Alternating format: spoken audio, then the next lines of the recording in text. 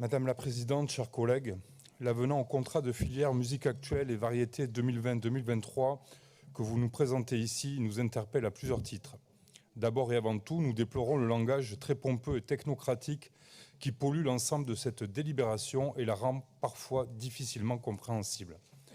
Ainsi, il est question, je vous cite, de répondre aux multiples enjeux de l'écosystème des musiques actuelles et des variétés essentielles au développement des droits culturels dans un contexte de mutation permanente, ou de faire apparaître un enjeu primordial d'essaimage et de massification des bonnes pratiques, ou encore de poursuivre une dynamique d'interconnaissance.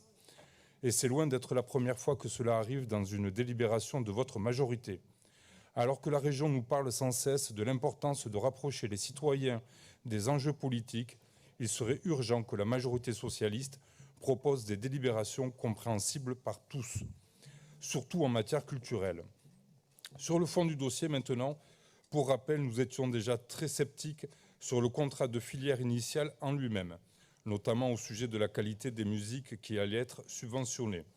Cette fois, nous sommes très réservés sur l'utilité de cet avenant qui vise à élargir la cible d'acteurs concernés par le contrat de filière, alors même que ce contrat 2020-2023 n'est en place que depuis moins de 2 ans, qui plus est en période de crise sanitaire, ce qui fausse considérablement les résultats. Il aurait été plus cohérent d'attendre la fin de ce contrat pour en faire le bilan complet et éventuellement proposer un élargissement du public visé dans un nouveau contrat.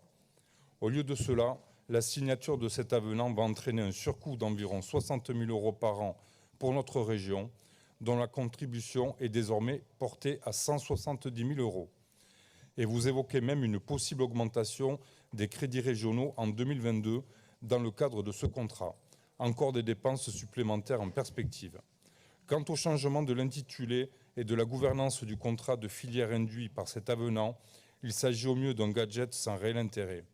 Ainsi, puisque nous ne voyons aucun apport de cet avenant, ce qui révèle surtout de l'esbrouf et de l'affichage, nous nous abstiendrons sur cette délibération. Je vous remercie.